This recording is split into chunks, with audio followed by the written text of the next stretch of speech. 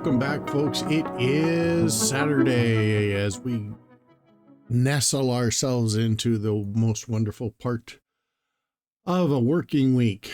Is our Saturdays, regardless of what day it actually lands on. Why don't we go ahead and jump right in? We're going through the chapter of Genesis. We are currently in verse 33. Let's begin with an opening prayer. Let's not forget these United States, as requested by a former United States president.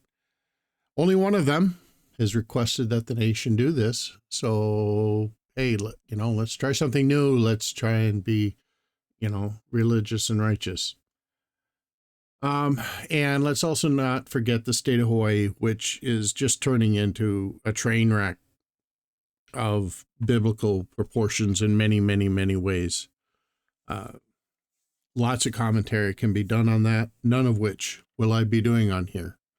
Instead, let's worry about the people and the families and the kids and the moms and the dads and the heritages that are involved, and let us do what we can do from where we are.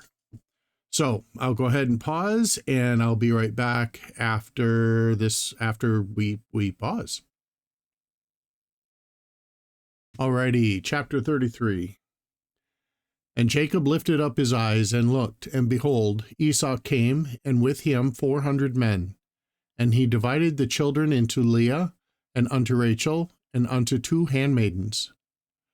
And he put the handmaidens and their children foremost, and Leah and her children after, and Rachel and Joseph hindermost. And he passed over before them, and bowed himself to the ground 7 times, until he came near to his brother. And Esau ran to meet him, and embraced him, and fell on his neck, and kissed him, and they wept. And he lifted up his eyes, and saw the women and the children, and said, Who are these with thee? And he said, The children which God hath graciously given thy servant. Then the handmaidens came near, and their children, and they bowed themselves. And Leah also with her children came near, and bowed themselves.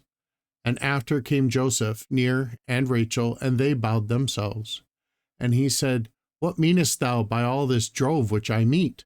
And he said, These are to find grace in the sight of my Lord. And Esau said, I have enough, my brother. Keep that thou hast unto thyself. And Jacob said, Nay, I pray thee, if now I have found grace in thy sight, then receive my present at my hand. For therefore I have seen thy face, as though I had seen the face of God, and thou wast pleased with me. Take, I pray thee, my blessing that is brought to thee, because God hath dwelt graciously with me, and because I have enough. And he urged him, and he took it.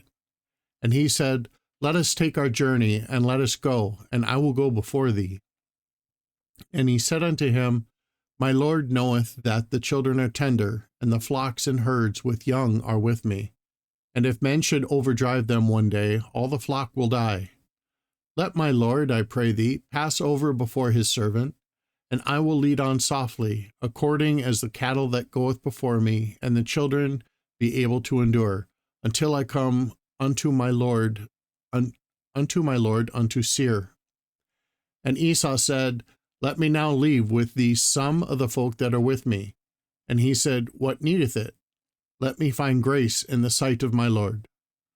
So Esau returned that day on his way unto Seir. And Jacob journeyed to Succoth, and built him an house, and made booths for his cattle. Therefore the name of the place is called Succoth. And Jacob came to Shechem, a city of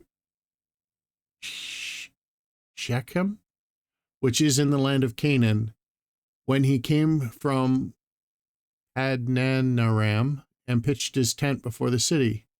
And he bought a parcel of a field, where he had spread his tent, at the hand of the children of Hamor, Shechem's father, for 100 pieces of money. And he erected there an altar, and called it El-Elohe Israel.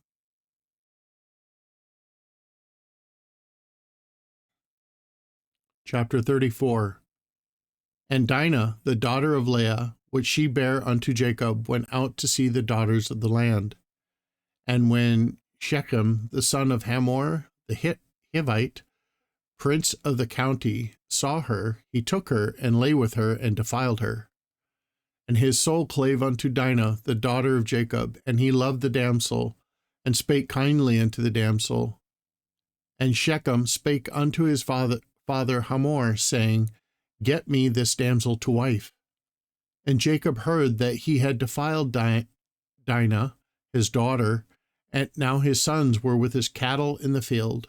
And Jacob held his peace until they were come. And Hamor, the father of Shechem, went out unto Jacob to commune with him.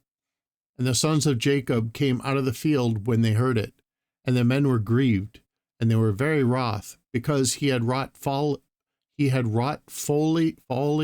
in Israel, in lying with Jacob's daughter, which thing ought not to be done. And Hamor communed with them, saying, The soul of my son Shechem longeth for your daughter. I pray you give him to wife, and make ye marriages with us, and give your daughters unto us, and take our daughters unto you. And ye shall dwell with us, and the land shall be before you.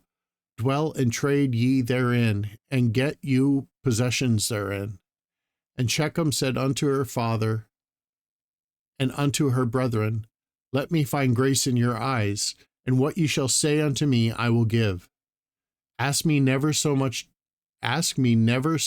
dowry and gift, and I will give according as ye shall say unto me, but give me the damsel to wife. And the sons of Jacob answered Shechem and Hamor his father deceitfully, and said, Because he had defiled the sister. And they said unto them, We cannot do this thing, to give our sister to one that is uncircumcised, for that were a reproach unto us. But in this we will consent unto you, if you will be as we be, that every male of you be circumcised. Then we will give our daughters unto you, and we will take your daughters unto us, and we will dwell with you, and we will become one people. But if you will not hearken unto us to be circumcised, then we will take our daughter, and we will be gone. And their words pleased Hamor and Shechem, Hamor's son, and the young man deferred not to do the thing, because he had delight in Jacob's daughter. And he was more honorable than all the house of his father.